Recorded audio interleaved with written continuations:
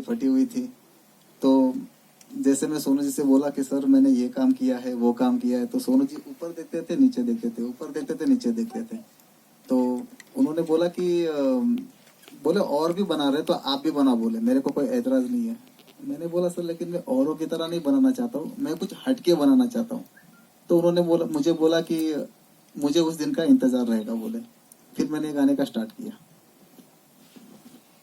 और आपने जब देखा तो आपको खुद ही पता है कि आपके लिए एक गाना बनाना कितनी बड़ी बात है, एक सॉन्ग प्रोड्यूस करना कितनी बड़ी बात है।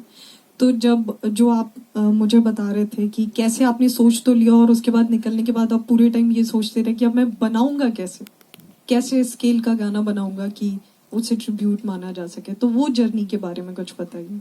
उस जर्नी के बारे में तो ये कहना चाहूंगा कि मैंने डिसाइड तो कर लिया कि यार मुझे सॉन्ग बनाना है और वो भी कोक स्टूडियो से भी बढ़कर मुझे बनाना है। तो सबसे पहले आता है कि फंड कहाँ से लाएंगे। दिमाग में बहुत सारे सोच आ रहे थे और मैंने बोला कि सोनू जी को मैंने कमेंट भी कर दिया है कि सर मैं कुछ हटके करके दिखाना चाहता हूँ। तो अभी पैसे आएंगे कहाँ से, बहुत बहुत बड़ा सवाल बन गया था मेरे लिए। और उस टाइम पे तो मतलब बोलते ना कि बहुत डिफिकल्ट समय था मेरे लिए।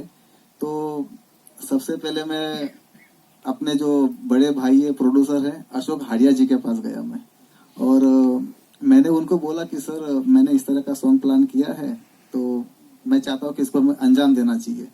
तो अशोक जी ने भी देखा कि बंदे में दम तो है, और बंदे ने एक बात कमाल की है कि सोनू सूद को डेडिकेट करना है। और सोनू सूद साहब ने मतलब जो काम किया वो उनके बहुत बड़े फैन रहे।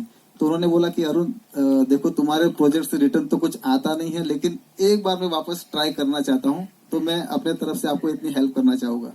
फिर उसके बाद में मैं अपने सीनियर प्रोड्यूसर सुभाष डावर जी के पास गया और मैंने उनको बोला कि सर इस तरह का प्रोजेक्ट है और मैं चाहता हूँ कि आप मेरी इसमें थोड़ी हेल्प करें।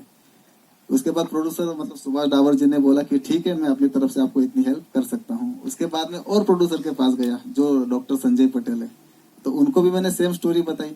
इस तरह से ये 3 लोगों का मिलाप हुआ और 3 लोगों के मिलाप के वजह से ये प्रोजेक्ट खड़ा हुआ।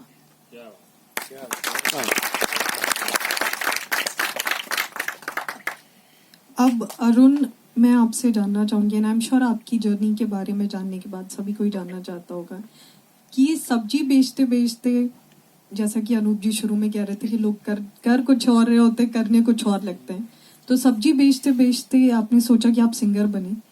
वहां तक तो समझ आता है, हम सब कुछ ना कुछ करना चाहते हैं, पर आप बन गए, मतलब आपके पहले भी इतने सारे सॉन्ग्स आ चुके हैं।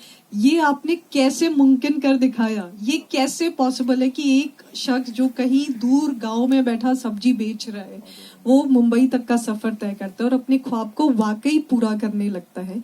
ये सफर कितना आसान, कितना मुश्किल था आपके लिए, उसके बारे में बताइए। सफर तो बहुत ही मुश्किल था, लेकिन बोलते ना कि मुश्किल चीजों में से इंसान कुछ सीखता है।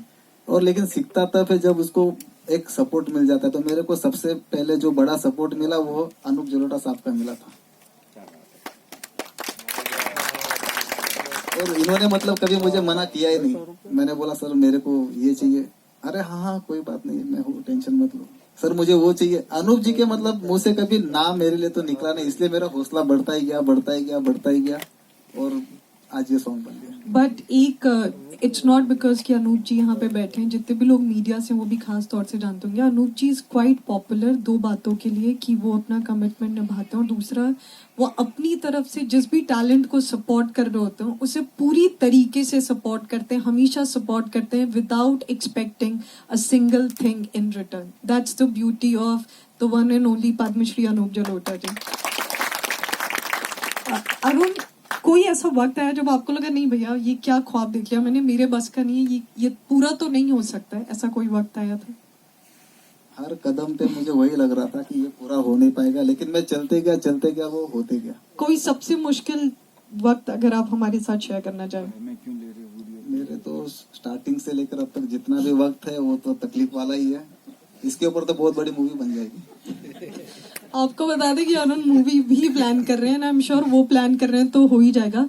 So congratulation Arun. अगर आपकी इजाजत हो तो ये जो आपने ख्वाब देखा, सॉन्ग कंसीव किया, क्रिएट किया, उसको सबके साथ शेयर करें। बिल्कुल, थैंक यू। सो हम शुरुआत करेंगे और आप 3 वीडियोस देखने वाले हैं।